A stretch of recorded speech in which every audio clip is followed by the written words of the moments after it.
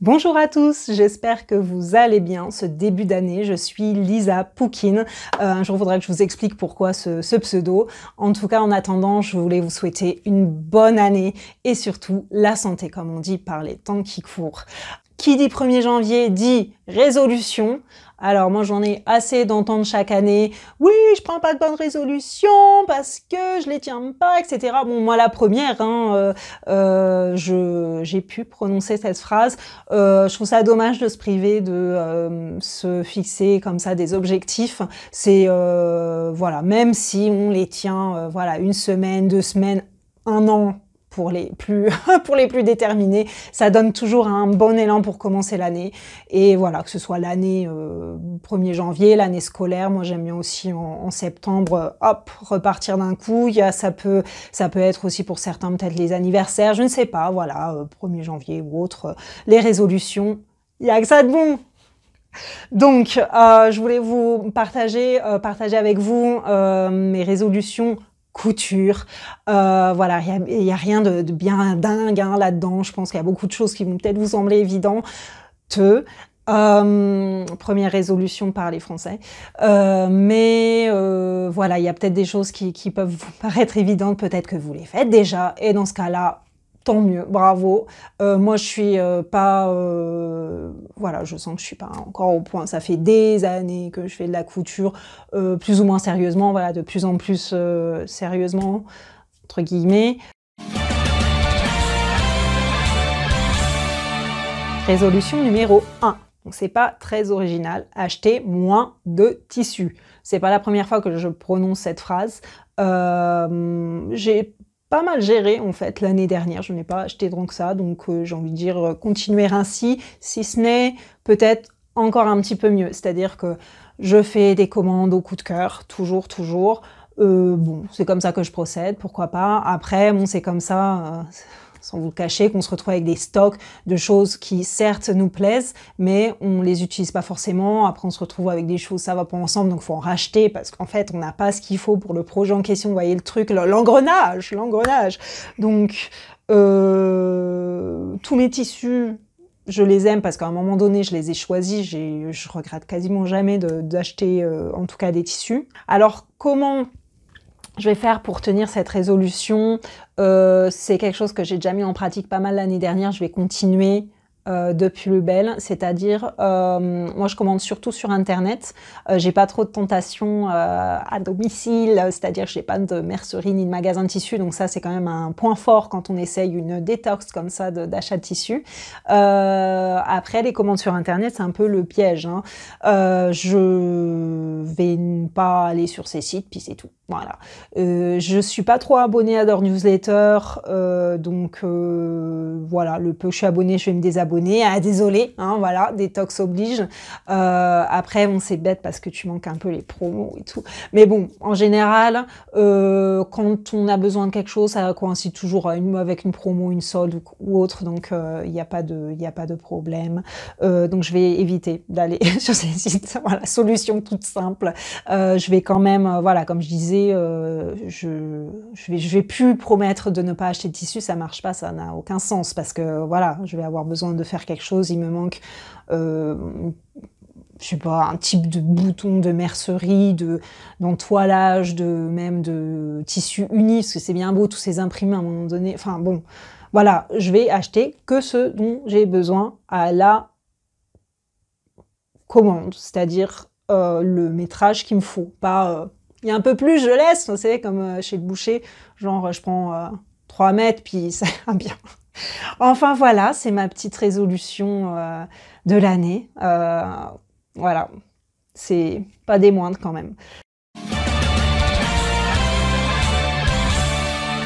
Résolution numéro 2, je vais changer de machine. Alors sur le plan financier, ça contrebalance totalement ma résolution numéro 1, qui était de ne plus trop acheter de tissu. Voilà, enfin, c'est pas... On est sur autre chose, hein, niveau objectif. J'aurais jamais dû attendre aussi longtemps.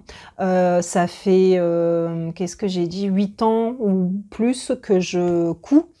Donc j'avais acheté une machine à coudre Brother, c'est quoi, 3600. Qu'est-ce que c'est que cette merde? XL 3600. J'avais pas trop fait de recherche plus que ça. Mes critères, c'était faut pas que ça coûte cher, hein, parce que vraiment, mais je commençais la couture. Un jour, je vous raconterai. Je commençais la couture. Et puis voilà quoi. Hein, j'ai pris un peu ce qui était pas cher de mémoire. J'ai jamais réussi à la retrouver. Je crois qu'elle n'existe plus cette machine. De mémoire, je l'avais payée, je crois pas 100 €, en moins de 100 €. Bah forcément, 8 ans plus tard, après ce que je lui ai mis dans la tronche et voilà, j'ai commencé aussi dernièrement à coudre différents types de choses et plus aussi, bon, bah, j'ai très vu les limites. J'ai perdu beaucoup de temps en voyant un peu partout des conseils aussi sur la couture en elle-même, c'est-à-dire si la machine ne marche pas, c'est pas la faute de la machine, c'est de ta faute en gros. C'est parce que tu as mal enfilé, parce que tu as mis du fil de mauvaise qualité, parce que l'aiguille n'est pas adaptée au projet, parce que, je sais pas, la bobine est mal embobinée, non, la canette, enfin bref. Certes, c'est clair que j'ai pu parfois résoudre des petits soucis, j'ai des problèmes de tension en fait, surtout sur cette machine, comme ça. Ouais, me parlez pas de la molette de réglage de tension, ça ne sert à rien sur cette machine, ça ne marche pas. Mais voilà, bref, j'en ai vu les limites, j'ai été confortée aussi dans ce constat par la personne à qui je vais acheter ma nouvelle machine, qui m'a dit oui, les machines d'entrée de gamme sont adéquates pour des personnes qui débutent, et puis bah voilà, dès qu'on sait qu'on veut coudre sérieusement, on investit. Bah faut investir maintenant, voilà. Voilà, je sais pas, j'ai beaucoup, bon après il y a eu la crise là de 2020 qui est venue au milieu, parce que sachez que j'avais prévu d'acheter ma machine autour de mars 2020. Voilà, donc projet décalé dans le temps. Puis bah après, voilà, je me suis dit, enfin je me dis toujours, je suis plus à ça près, j'ai tellement attendu, bon, voilà, autant faire les bonnes recherches. Là, je suis carrément partie sur une industrielle, voilà. Voilà, j'ai beaucoup réfléchi, j'ai testé aussi un petit peu. Voilà, bon voilà. De toute façon, une fois que je la changerai cette machine, bien sûr, je vous la présenterai parce que, oh là là, qu'est-ce que j'ai galéré à choisir. Mais bon, là, je reviens pas en arrière, c'est parti. L'industriel, en fait, la seule différence, c'est que, non, il y a quand même quelques différences entre une industrielle et une familiale, entre guillemets, mais elle fait que des points droits. Voilà, donc moi ça va pas me manquer. Les restes, j'ai pas trop de points décoratifs sur ma machine de toute façon. Il y a juste la boutonnière, mais ça c'est un truc par contre, la Brother XL 3600 qu'elle fait très bien, la boutonnière automatique. Ça, donc je garde celle-là pour faire les boutonnières. Et puis voilà quoi. Ça va me changer la vie, j'en suis sûre. Ça va nous changer la vie à nous tous. Hein. Comment je vais faire pour suivre cette résolution? Est-ce que c'est vraiment une résolution d'ailleurs?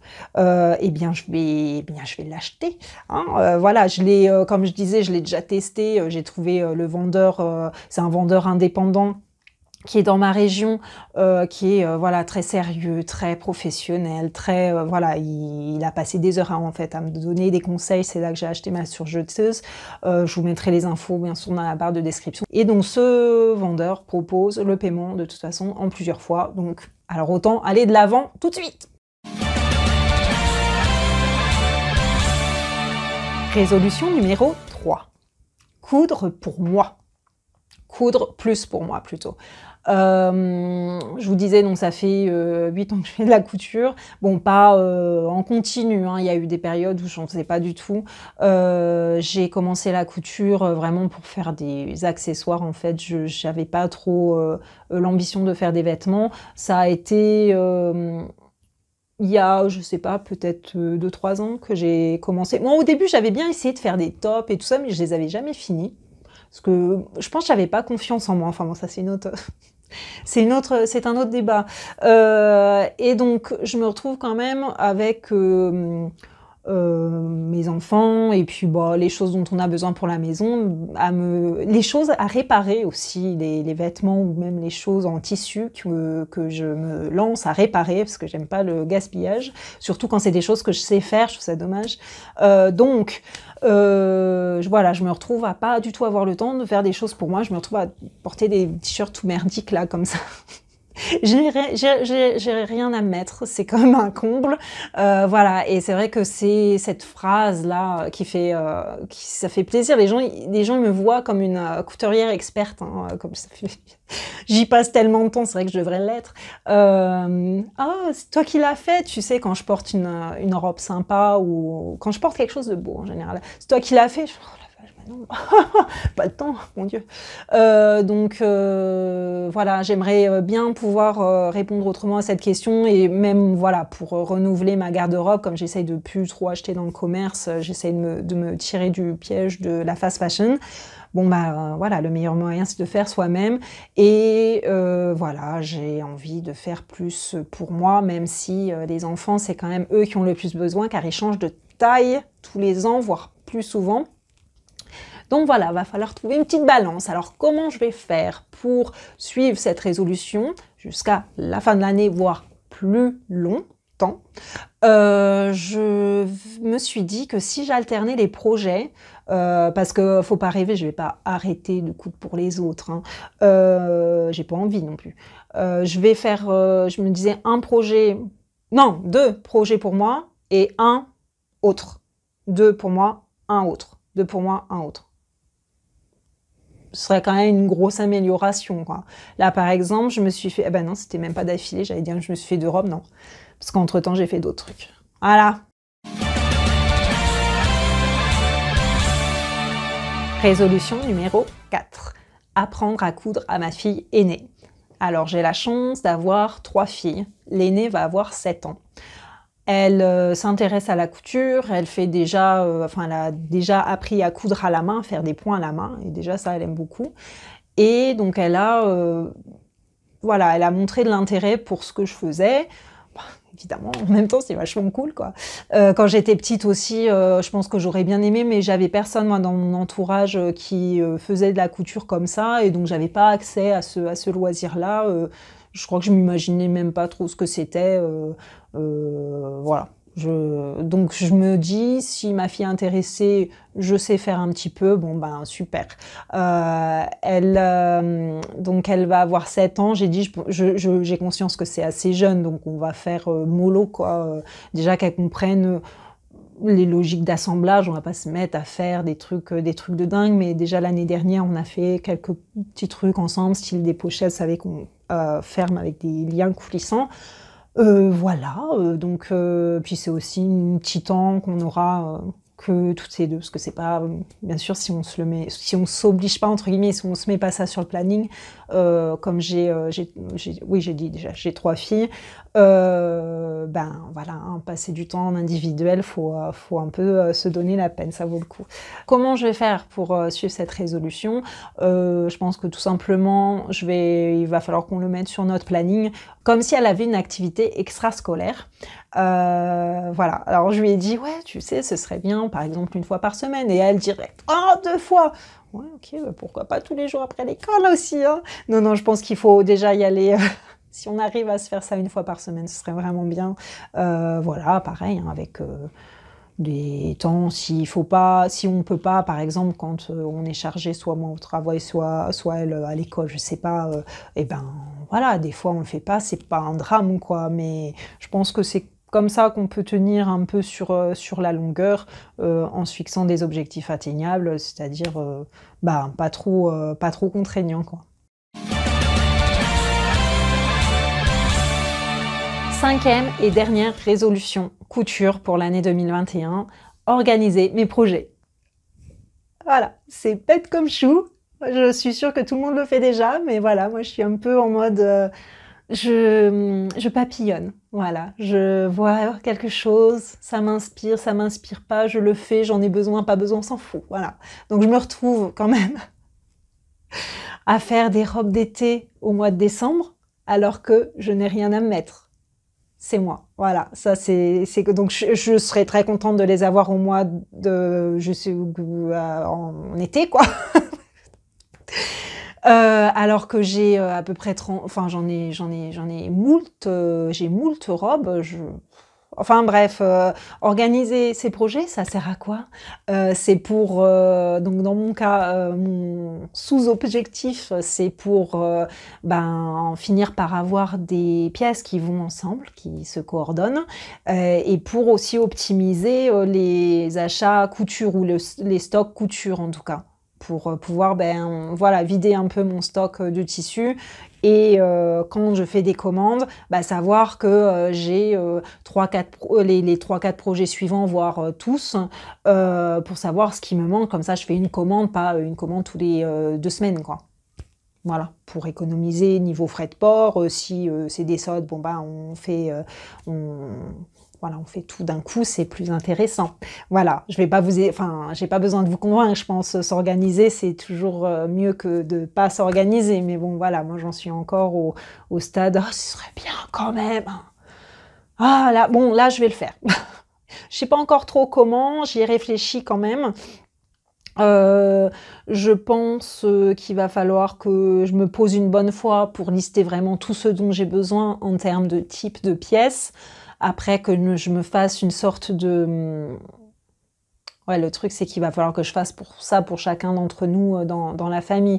Mais pour ce qui me concerne, j'avais déjà fait ça, une sorte de... Enfin, je m'étais...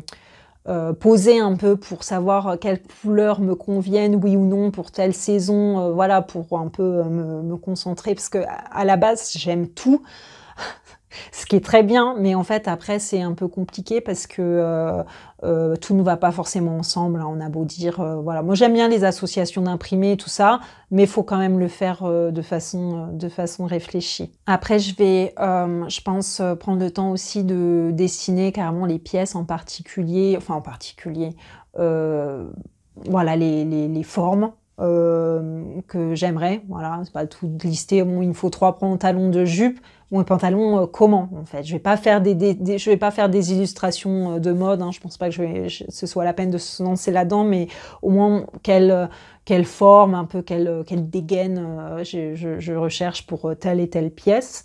Et après, à partir de là, je sais pas encore si je vais faire dans ce ordre-là, en fait. Mais bon, savoir quel, ouais, si, savoir quel type de tissu serait convenable pour tel ou tel projet. Voilà, un pantalon, que ce soit en flanelle, en jersey, en satin. C'est pas le même tombé, donc on peut avoir quand même une idée assez claire à partir du moment où on a l'envie de quel tissu il faut. Ça, tout ça, je le faisais déjà, mais dans ma tête, ça va me booster si je le fais pour tout. Je vais peut-être perdre moins de temps à papillonner, oui. Et donc à ce moment-là aussi, c'est là où je vais choisir les couleurs. Et comme ça, si je peux avoir tout ensemble en même temps, c'est là où on voit que les pièces vont ensemble ou non. Parce qu'une robe, c'est une robe, mais un top et un bas, bah, c'est bien si c'est pas que des ensembles, ils peuvent être interchangeables, vous voyez. Une garde-robe, quoi. Je suis en train de vous expliquer le principe d'une garde-robe comme si vous ne saviez pas. Donc à ce moment-là, je me dis, pas sûr que cette résolution aille bien de nouveau, hein, avec la résolution numéro 1 qui était de ne pas trop acheter de tissu, parce que c'est là où je vais me rendre compte, tout ce que j'ai là dans mon stock de tissu, ça va pas trop ensemble, quoi. J'avais pas réfléchi à ça, vu que comme je vous disais, je fais au coup de cœur, donc ça va ensemble dans le sens où je pense qu'on est toujours... on est beaucoup sur du rose quand même. Mais voilà, il va manquer des trucs, hein. Et en fait, à la fin, ça revient à concevoir une sorte de mini-collection, une garde-robe, quoi, par membre de la famille. Fastoche, hein? Allez, il faut que je me mette au travail maintenant. Voilà pour mes résolutions couture. Je vous invite à me dire en commentaire si vous aussi vous prenez des résolutions couture ou autres pour cette année. De nouveau, je vous souhaite une très très belle année. Je vous remercie de me suivre, voilà, de me laisser vos commentaires, de tout ça. Pour moi, ce sont des marques d'affection, si ce n'est plus. Et voilà, je vous remercie infiniment et je vous dis à très bientôt les cocos.